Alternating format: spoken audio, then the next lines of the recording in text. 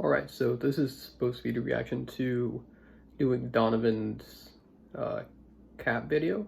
The one about doing I can't remember what they're called, but um, the small little brown things that like everyone did. Anyway, so those were interesting for me to do. I'm not really much of a cook. The only reason I went to that uh, particular recipe, it was basic. It only required like 3 or 4 ingredients, and you didn't have to do a lot of cleanup. It's great because I'm lazy. Uh, it was a nice little treat for me to serve my family as well afterwards. I don't think I tried them until everyone else got home and we were all already eating. I was like, hey, look at this thing I made. And then they immediately questioned it because I don't cook anything. So it's great. How was it doing it though?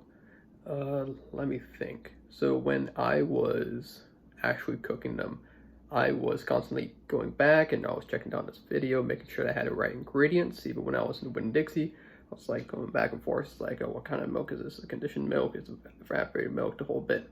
Luckily, I got the right brand. As I was cooking it, I threw. I'm pretty sure that I had it on the wrong heat setting at first. I had it like medium to high. Then when I saw the milk boiling almost immediately, like, that wasn't the right choice. So I put it down to medium. That got things cooled down a little bit. I applied Ovaltine instead of the powder that I used. I didn't think there was much of a difference. Hopefully not in, well, certainly not in color, but hopefully not in taste. So, what else? Oh, when I was throwing in the Ovaltine, I was really concerned that because the Ovaltine, when it came in, it was like really granulated, and it got in there, and I did like a few stirs, and I was stirring for like 3 minutes. And all that granulation was still in there, and you can still see like the white milk being sticky. And I was like, oh no, I got the Ovaltine wrong. So that was definitely a concern, but we overcame that once everything started to homogenize and look a little bit more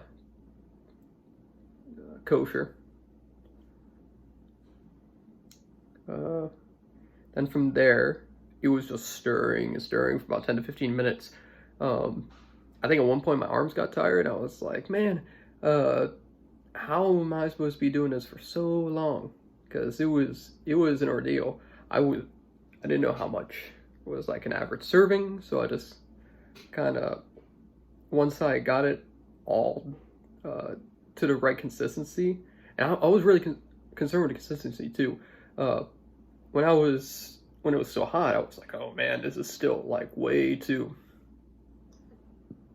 This is not as like thick as I want it to be. So I'm mashing it up, and it's all coming down. I was like, well, hopefully it'll thicken up in a freeze. So after I poured it in the bowl, stuck in the fridge for a few hours, forgot about it, pulled it back out. I was like, oh yeah, cool. Look, it's already done. It's nice and thick. It was super thick, super thick. Like I stuck a ice cream scoop in there, and the ice cream scoop, like, I was able to flip it over, and the ice cream scoop still held on, and I was like, oh my gosh, that is really thick. That's maybe too thick. Another thing I learned doing that: don't take sticky stuff and put on paper towels. That's a bad idea. Bad. It stuck to the paper towels like you wouldn't believe any.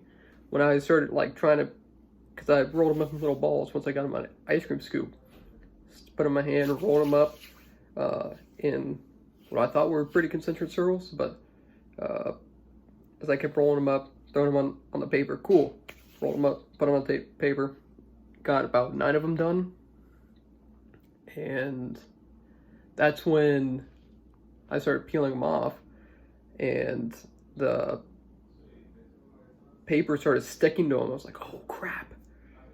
So I had to kind of shave off the paper, put them, take the paper off, put them in a real bowl.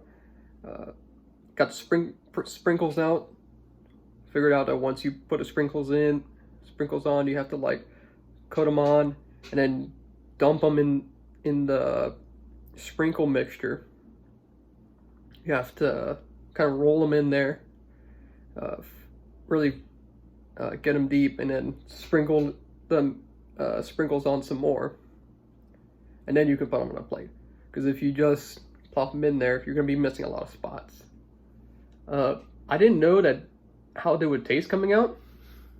I didn't expect them being like really soft Tootsie Rolls, especially how in the state they came out of the fridge. Because when they came out of the fridge, they were hard, and I was like, "Oh man, are we even gonna be able to eat this?" The only thing I did find after it was all done is that they were really, really sweet.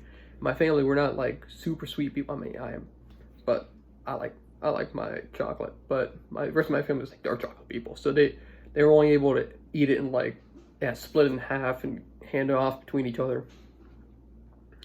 But other than that, they were pretty good. Can't think of anything else.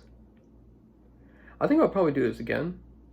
If I had like a small family function, probably whip up a few of them, make like candy pops or something like that. Very nice. I see how this would be like a little treat that you give, like grandma would make, or like you come home after work and cook these up and make them for your kids real quick after you come back. You drop them off from school or whatever.